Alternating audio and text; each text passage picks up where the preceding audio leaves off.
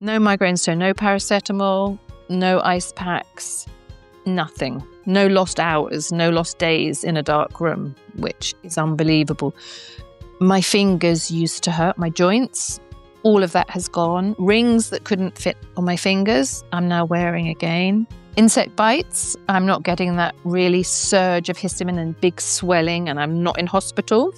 And body composition is changing, and I lost a good amount of weight. And I think I don't even really want to mention the weight I've lost because I don't think it matters. I think it's about how you feel in your body.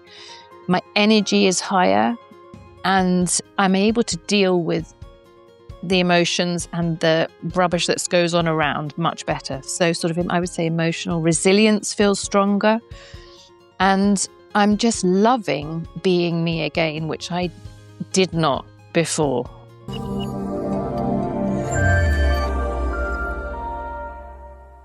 Hello and welcome to the Metabolic Balance Stories podcast. This is where we share real stories and insights into metabolic balance, personalized nutrition, and optimal health. My name is Cherry Wills, and I'm your host. And today I'm delighted to welcome a wonderful practitioner from the UK, Joanne Lee. Jo, you're joining us from West Sussex, and a big hello to you.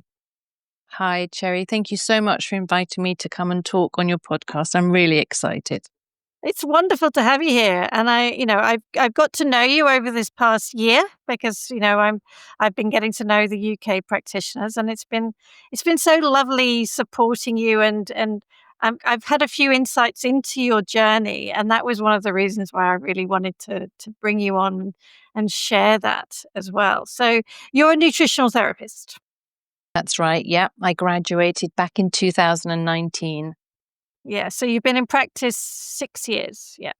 And you trained in metabolic balance in 21. What brought you? Can you remember what sparked your interest in metabolic balance?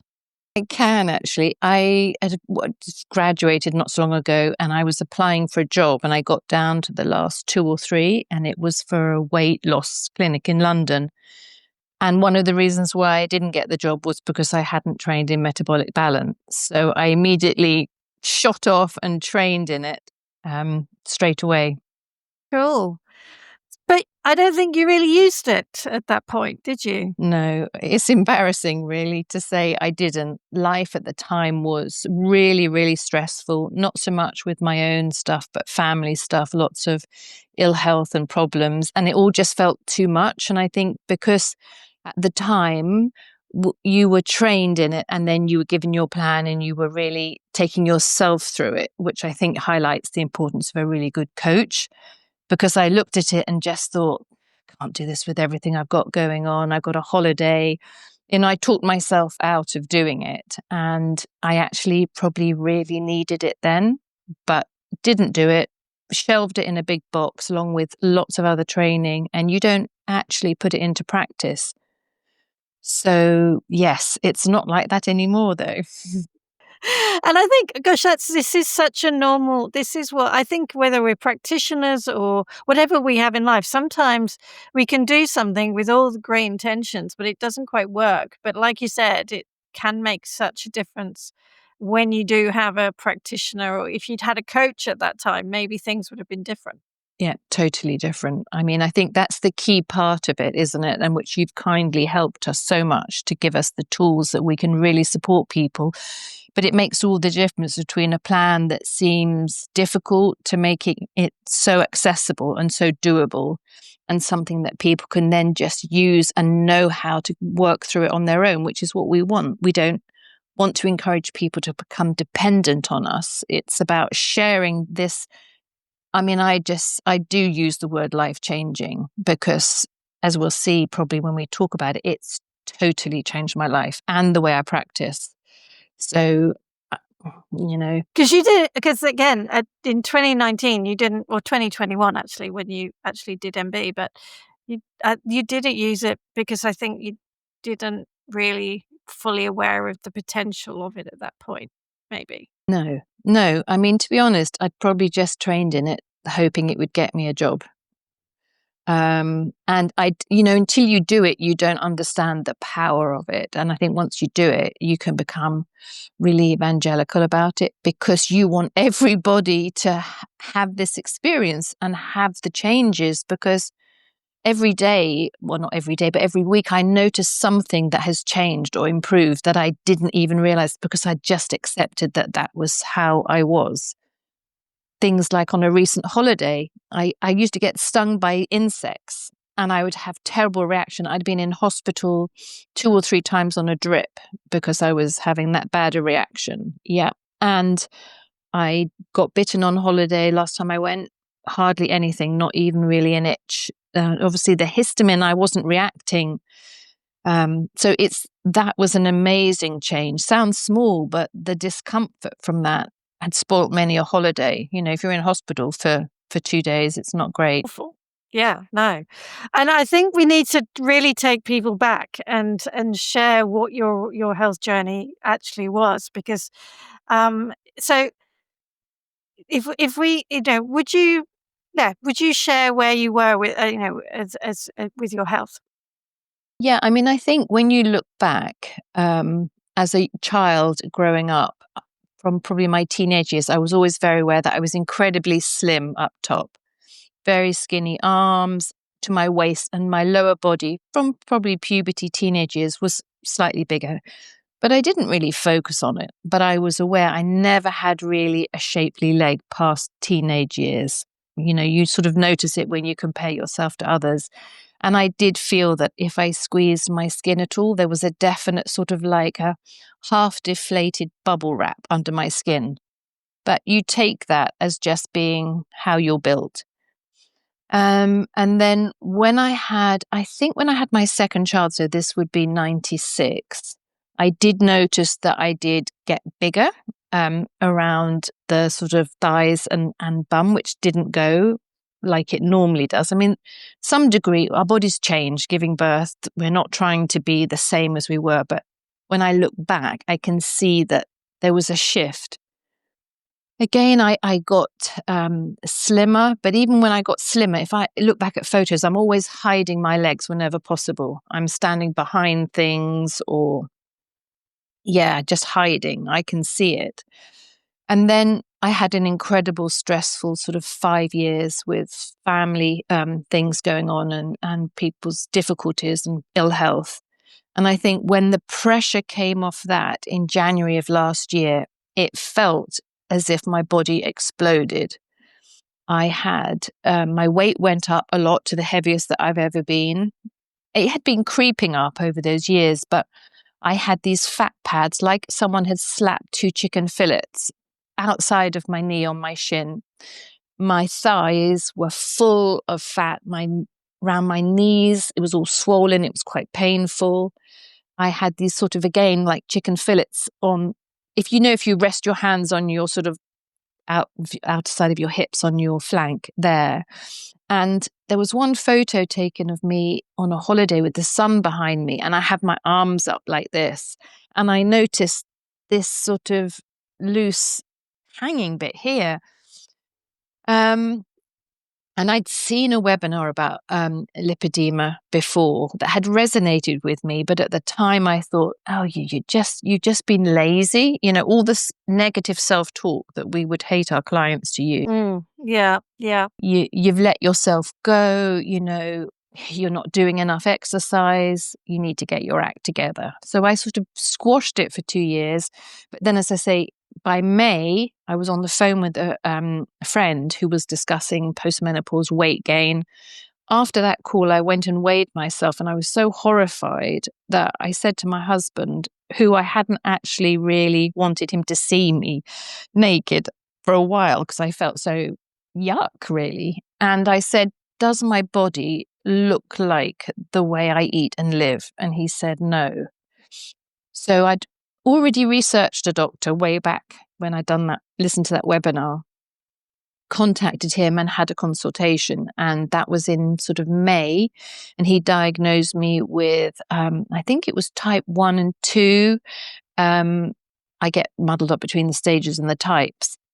And I can remember leaving his office in London and I actually cried because I was so relieved to have a diagnosis. Yeah. So this was type 1 or type 2 lipedema. Yeah. Yeah. Yeah. Yeah. But I was just so scared about what the future held because you see the progression.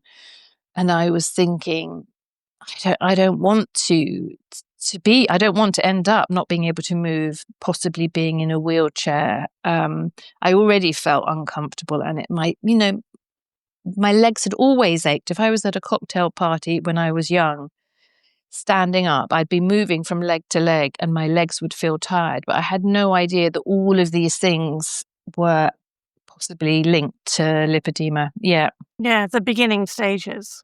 Yeah. Yeah. Yeah. Can you just describe, sort of just in brief terms, just to people who might not have heard of the term lipedema, what it kind of really means? Well, briefly, it's a chronic inflammatory condition where you get a buildup of subcutaneous fatty tissue, and it's often on hips, buttocks, legs, can be arms. There are distinct phases. I can sort of recognize if I see someone in the street now, and I always want to go up and say, I'd love to help you, but you obviously can't. The classic one is if someone has almost like an elastic band effect around their ankle with a very slim foot, and it's symmetrical, whereas things like lymphedema is usually asymmetrical one side. And you can get both, and you can obviously have lipedema with obesity. But lipedema itself is really not to do with what you're eating or your exercise. It's quite exercise resistant. So I think, again, social media can be really cruel because I've seen people share pictures and people are saying comments like, just eat less, just move more. And you can see that I recognize them as having lipedema. And there's a limit to what you can do to get rid of that fatty accumulation. Yeah, it's an inflammatory condition that just leads to this build-up and it is a particular sort of a granular type of fat, isn't it? It's not just classic fat cells. No, it does you can sort of feel little nodules. I mean, mine look more like rice, but as I thought when I was younger, I just thought it was sort of cellulite. So didn't really pay it a lot of attention. Yeah. But it is this feeling, this uncomfortable feeling, of, it's exacerbated in stress as well. That's the other little thing that I know as well. Mm. And I think that's why mine was probably fairly well managed. But I think when I'd had that acute stress for those few years and then some of it was lifted, I think my body then just went, well, hey, like this with the reaction. I'd finally had a bit of space to relax, but my body had had enough. Yeah, yeah. So this was in this was in the beginning of 24 or May 24. Yeah, that was when you actually had the diagnosis. So not too long not too long ago then. So what happened next after you'd seen the specialist? I was in a very fortunate position that I could go and pay for private surgery because I didn't even go to the NHS because previous experience just made me not feel comfortable about turning to them, especially as I was relatively small and I knew that they're not going to offer me liposuction at this stage. But my view is you want to take action when you can make a difference and remove some of that abnormal fatty tissue. So I feel slightly guilty that I was able to go privately and have the surgery, but I booked in for my first. Then he did upper leg. I honestly remember if he did I only had a little sort of pocket on my arm. If he did that then, and then I then had the second surgery in October for the lower leg. And I think then I had the little bit off my flank, just those two sort of chickeny bits there. So in total, it was about 4.3 litres of fat removed. Because that's one of the treatment for lipedema, because it's so hard to actually remove, to burn the fat. It is actually the standard medical response is to do liposuction to actually remove it physically from the body. I mean, I think when I look at it, it wasn't like it was uniform. I had these distinct sort of mounds of fat. So, yeah, I don't think. I mean, who knows? If I could turn back the clock and have done MB before I had surgery to see the effect, that would be wonderful. Because then but you obviously can't do that. So Yeah, yeah, yeah. So you had the surgery middle of last year, middle of 24. Then what happened next? So the last surgery was in October. So then so it was May, October. So you're meant to give it quite a few months just to settle. Obviously, it's quite an invasive. I mean, however well they do it, you have to wear compression for, 6 weeks, Mhm. Mhm. 3 weeks, 24 hours a day, and 3 weeks, at least 12. I just wore it all the time because it actually felt quite comforting because you're all held in. Um, and then I tried to just get on, and I was thinking, well, hopefully, there's no guarantee that it won't come back after surgery, that you might need to repeat it. And I was thinking, well, I hope not. I was doing everything I could, but I still didn't feel right. I still felt my body didn't really totally belong to me again. I was really happy, so thrilled I had the surgery, but I was still struggling to know what to do. And that is when, I decided, I think after, retraining again with you and feeling really inspired, I got my bloods redone and started it in May this year. And So you started Metabolic Balance. You started your Metabolic Balance. yeah, at the end of May, and I think my stomach actually had felt that it had got bigger, and you can see in the photos I've sent you, the one on the left is May this year. So I'd had my surgery, but my stomach had got really, quite big and fatty feeling. And it isn't about being perfect. I'm not after being perfect. It's just about feeling comfortable and just being able to do things like move, bend down easily. If you've got this sort of weight around your middle and you just don't feel, it's hard to describe it. I was actually so depressed because doing what I do as well, I felt such a fraud. I was helping clients, but I couldn't sort my own stuff out. And I thought people would look at me and think, well, she can't look after herself. What's going on? And I felt depressed. I felt ashamed. I felt guilty. It's so many negative things. Mm, mm. And I think the body positivity thing had really kept me quiet because I felt I should just accept it. Anyway, it all changed because started MB, and within 5 days, I was already feeling a difference. Mental clarity. I used to have really bad migraines. I would be in a room with cold, no lights, could be a day, with even a bag of ice on my head to try and cool it. I have not had one since I started. Really? No migraines at all? No migraines, so no paracetamol, no ice packs, nothing. No lost hours, no lost days in a dark room, which is unbelievable. My fingers used to hurt, my joints. All of that has gone. Rings that couldn't fit on my fingers, I'm now wearing again. Insect bites, I'm not getting that really surge of histamine and big swelling, and I'm not in hospital. And body composition is changing, and I lost a good amount of weight. And I think I don't even really want to mention the weight I've lost because I don't think it matters. I think it's about how you feel in your body. My energy is higher, and I'm able to deal with the emotions and the rubbish that goes on around much better. So sort of, I would say emotional resilience feels stronger. And I'm just loving being me again, which I did not before. I mean, I really did not. And now I just feel, well, I love the beach. And I was going on holiday and staying off the beach and not going in the sea, not going in the pool. I'd be worried if anyone would take a photo. So now I'm back in the sea, And, my surgeon did say to me, you might need a thigh lift because obviously I'm coming up to 58. The thighs had been quite big and stretched. Obviously, at my age, some of the skin is not as tight as it should be. And I thought, do you know what? I don't even care.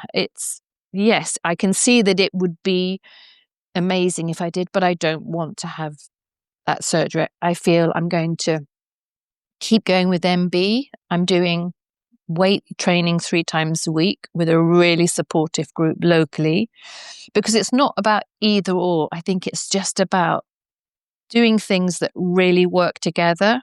But I'm not pounding in that gym every day. I'm not doing 45 minutes of HIIT that I did some years back, which was probably okay and then not okay because it was too much stress. And it didn't get you the results you wanted anyway. I mean, that's the thing. It's like you were trying so hard and working so hard, but actually it wasn't giving you results. No, it really wasn't. And now I feel I have this roadmap. And I always think of some of the things you say about that road through the forest. We've got quite a wide road that we can be on most of the time. And we learn the skills to be able to go off, wander through the trees, and then come back, because it is teaching clients lifelong skills and knowing what our body wants and needs and giving it to it without, you're not feeling restricted. You're not feeling that you're missing out. Honestly, it has given me my life back. And it sounds like a corny advert, but I can't say it enough. And yeah, it's been amazing. Yeah, and it is just food, but it's the right food. And I think sometimes people do they think there's something weird and wacky about it that gets us these results, but it isn't. It's just the right food for you that reduces that inflammation right down and allows that balance to come back. Yeah, absolutely. And I think I've saved so much money because as an NT, we go to all these sort of webinars and conferences where we get the chance to buy all these supplements. And of course, when you've got your own health issue, you're buying up the latest thing like our clients do, thinking this is going to be the thing that helps. And now I take very few. I take a couple, but not all the time. And that's it. And it's not saying that supplementation is wrong. There's a place for it, therapeutic or supplementation. But I think we can all get caught up in this thing of, I've got to try this. You see someone on Instagram, they're looking really firm and tight. And you think, oh, yeah, I'm going to buy what they're selling because that's it. Yeah. Mm. Get all this exercise equipment that, I won't tell you what I've got, but it doesn't get used apart from as a stand for my hairdryer. So it's like, no, let's keep it. I think it's because it's just a whole food. It's so doable for people. We're not asking them to buy stuff that's expensive or out of reach or unavailable. And I think that with the NT training means you can really personalize it, and then all the coaching skills that you and MB have taught us, they're just invaluable because it gets people from A to B in a way that fits their lifestyle. Flexibility, making it work. And that's the key, isn't it? It's the recognition that it is truly flexible. Your nutritional therapist can really bring it to life for you and tweak it as needed. Yeah. Yeah, absolutely. And I think I feel so impassioned by it. I've actually totally changed how I practice because MB, I know what it's done for me. It doesn't have to be that people want to lose weight. It's just that total reset.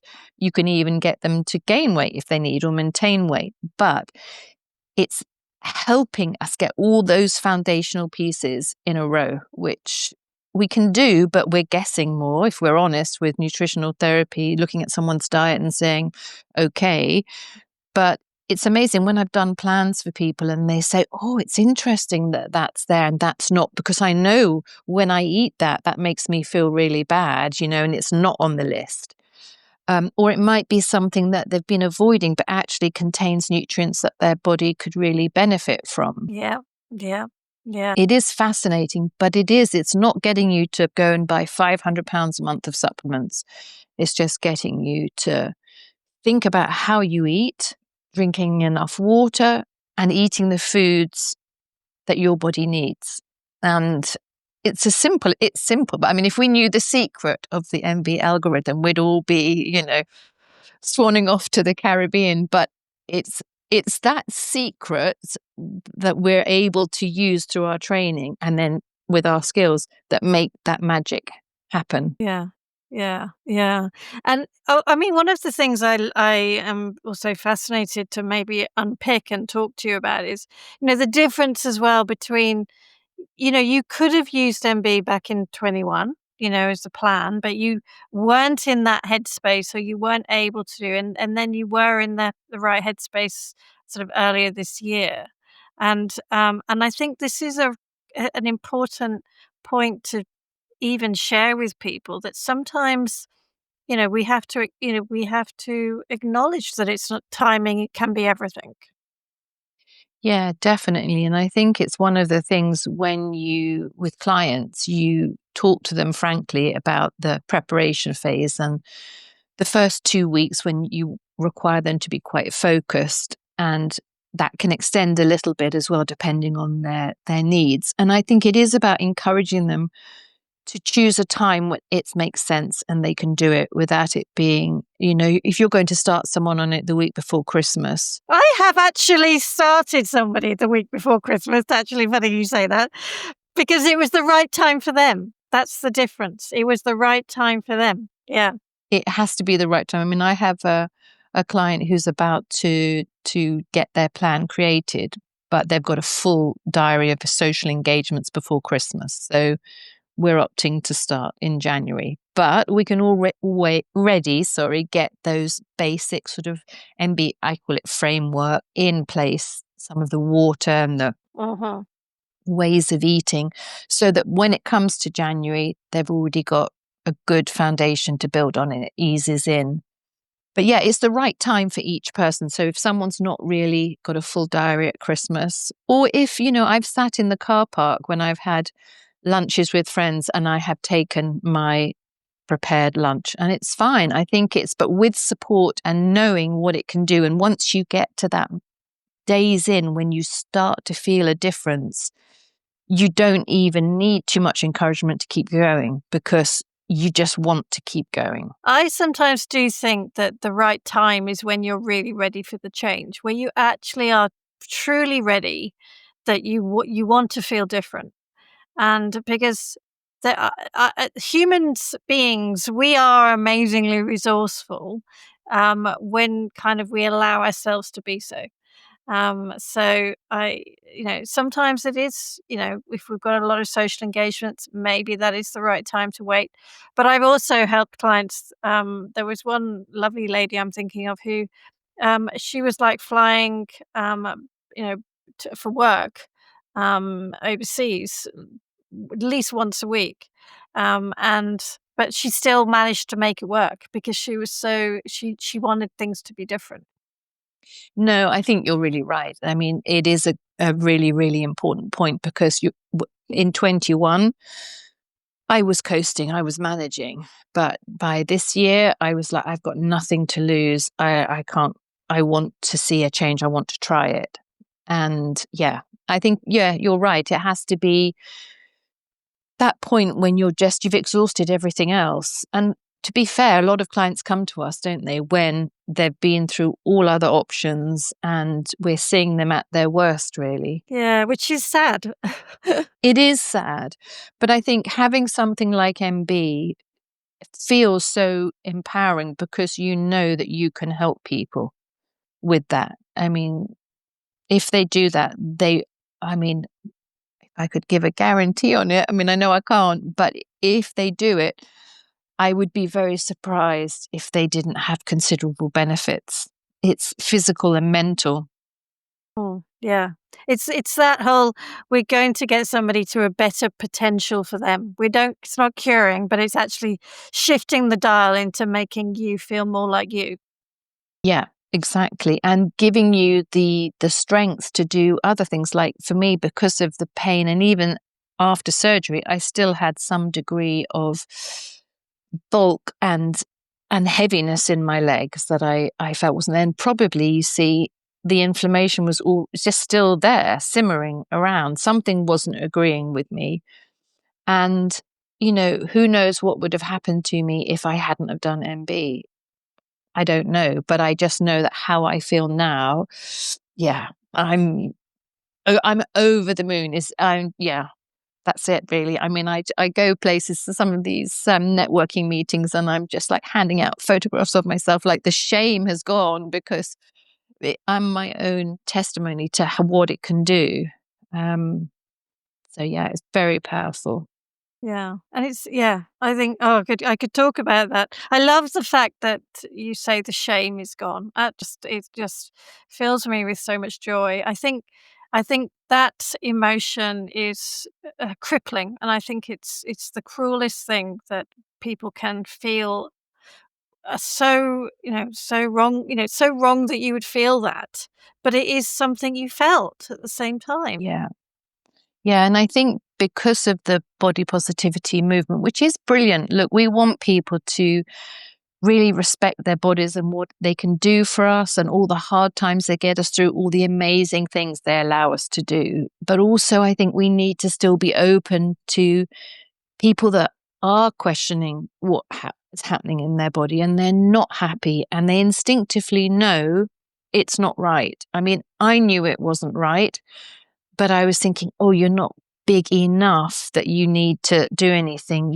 This is your fault. I've done something wrong. And with all my training, I still found it hard to shift out of that. And it did affect my work, because I felt, as I said before, I felt a fraud. And the imposter syndrome that you get, especially when you're working on your own, it was growing and getting bigger. And I hated that. So I was limping through each day. Whereas now I get up, I'm really proud of what I've done, but also I'm proud of MB, because it's done it with me and given me that key to being I hope, touch wood, I'm looking forward to trying to maintain as I am without the need for more surgery. Who knows? If I need it, I would have surgery again, but I'm hoping that with the inflammation and all these symptoms that I had gone, there's some profound shift. And the resilience will get stronger and stronger. That's typically how, it is that just improving that metabolic flexibility and continuing to reduce that inflammation, because that's really what we're talking about here. It's that degree of inflammation in the body for you. And then just seeing how things progress over the years, and always then making the right decision for you at any time in the future anyway, because that's the other thing that we want to do as practitioners, help people make the right decision for what's happening for them at that time. Yeah. And I think what I love about it is that MB is individualized, totally personalized. And what we do is totally personalized. It's not just generic advice. You're not being told just standard food dietary stuff. This is based on your blood markers and you. And we just dovetail that together and create this supportive package that people can use for years. And it just becomes second nature. You don't have to really think about it. Mm-hmm. Wonderful. Yeah. It's very exciting. So you now work mostly online, I think. That's yes, and your clients. Would you say that you do specialize now in lipedema, or is it much broader than that?